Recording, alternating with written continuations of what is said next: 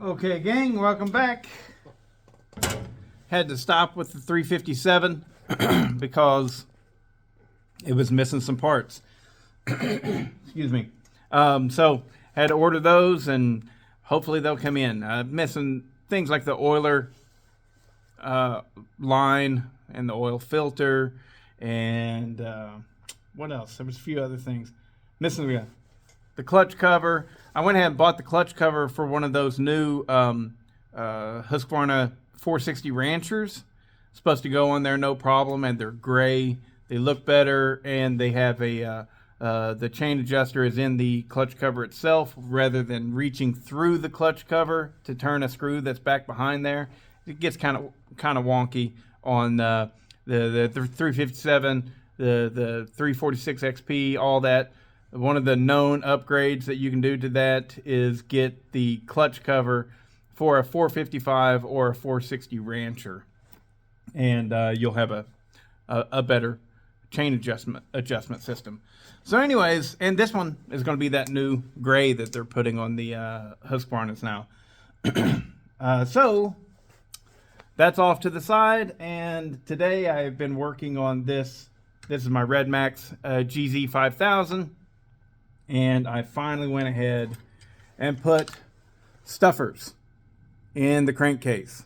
So now, this is for you guys, all right? Learn from my mistakes.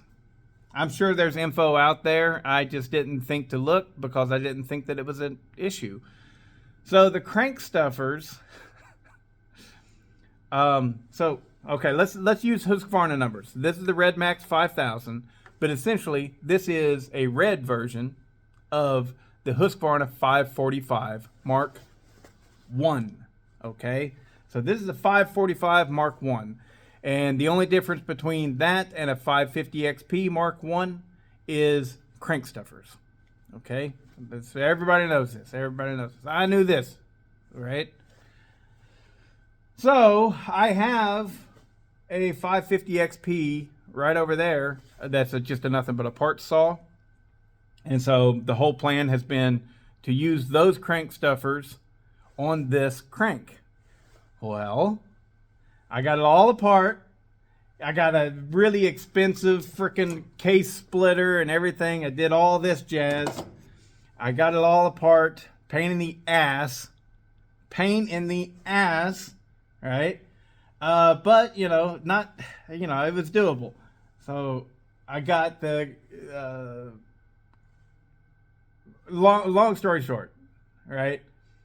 I decided to use the stuffers on my 545 crank, right? That way, because this is a nearly brand new saw, the bearing on my crank for my rod bearing is probably going to be in better shape than that old part saw and everything. So I put the stuffers from the 550 onto the 545, put it back together, only to learn that it don't work.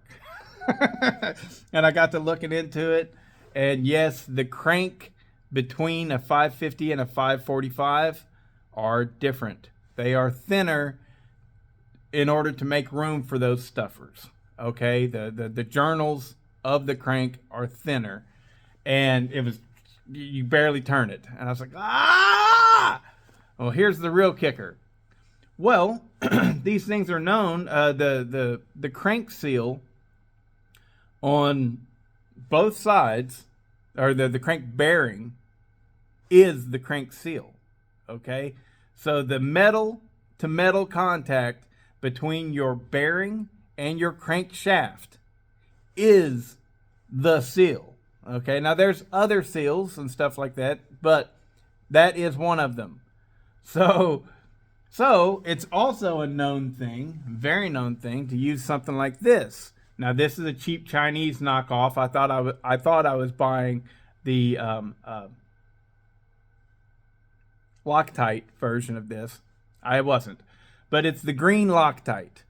The green Loctite is for metal to metal sealing surfaces. Okay, so I used this, putting the crank and everything back together here. with the wrong crank. And I swear, it couldn't have been on there more than a half an hour total. Not even. 15 minutes. And I got it all back together and cinched down, and I learned that I couldn't do that. So I was like, well, got to take it apart. Well, that stuff sealed so tight already that whenever I took it apart, it ripped the bearings out of my cases. And so now I got to get the bearings off of the crankshaft, and it was a whole ordeal. Pain in the ass.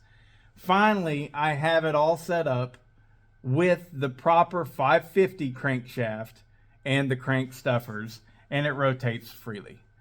So I've had a hell of a morning. It was bad. It was not enjoyable at all. This was not fun. I hated doing it. It was terrible.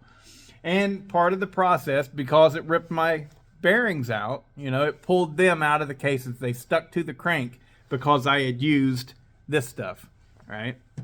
Well, since I did that, whenever I put the crank back in, I'm having to push the bearings in and all that stuff. And well, I ended up screwing up the seal on this side. Now, this side alone has a more typical crank seal, a rubber seal and stuff that goes on the outside of the crankshaft, but it seals against the crank bearing. It's, unless you've been in there, it's hard to describe. There's a shoulder on that bearing that the seal goes over. So it's still, your seal on this, right,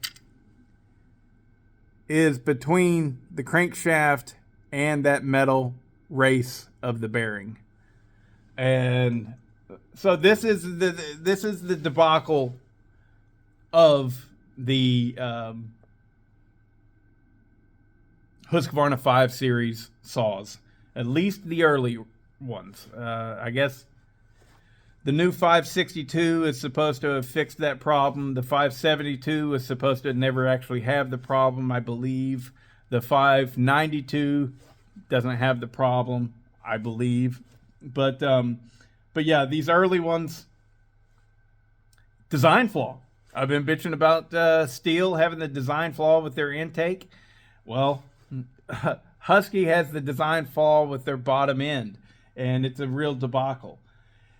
Now, since I had those bearings out and everything, a lot of you guys will probably be quick on the bandwagon to be like, you should have put the new bearings in there because the old bearings have plastic races to hold your ball bearings in place.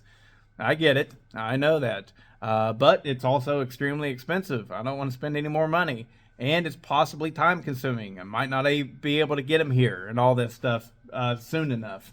Especially because it's a part that's proprietary to Husky, I believe. I'm pretty certain of it.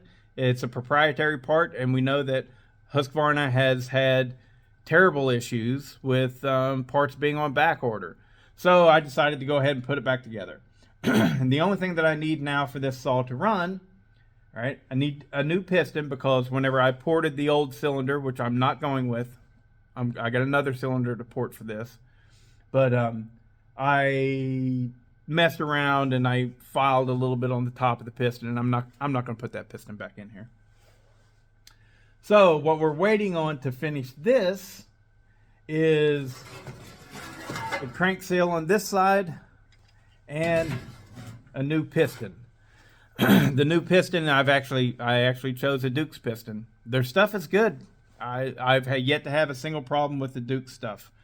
It's good and it's cheap, right? It was like $23 for a piston from the Dukes, and the OEM piston, I mean, I didn't dig deep for one, but what I saw was the OEM piston on replacement parts was like $167.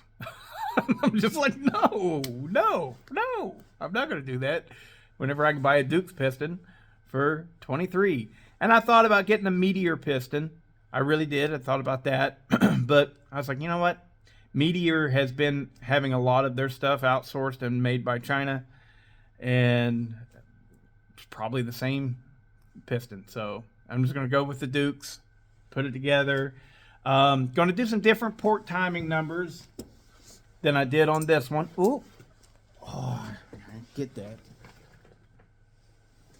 These things like to fall all over the place and you lose them. But this one I went way too high on the transfers, and I believe they're at 108 degrees on the transfers, which is too high.